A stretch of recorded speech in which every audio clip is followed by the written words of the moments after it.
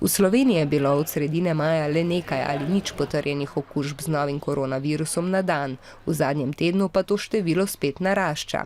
Večina se je okužila v tujini, največ v državah na Balkanskem polotoku, nekaj tudi drugje. V Severni Makedoniji so v zadnjih 2 tednih namreč skoraj vsak dan zaznali 100 do 200 novih primerov.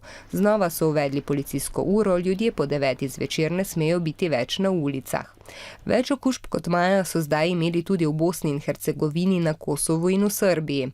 Pot v te države je odsvetovana, vsi, ki iz njih prihajajo ali se vračajo v Slovenijo, pa morajo od danes naprej v 14-dnevno karanteno. Včeraj so tudi na Hrvaškem opozorili, da se število okuženih povečuje, prav tako so nova žarišča v Nemčiji in Bolgariji. Število okuženih se je ta konec tedna povečalo tudi v glavnem mestu Kitajske, Pekingu.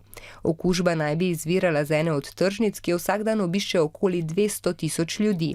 Zato so nekaj tržnic v mestu zaprli, v 29 tamkajšnjih soseskah pa uvedli karanteno. Vnovič so zaprli nekatere šole, učenci, ki še obiskujejo pouk, pa morajo spoštovati stroge ukrepe.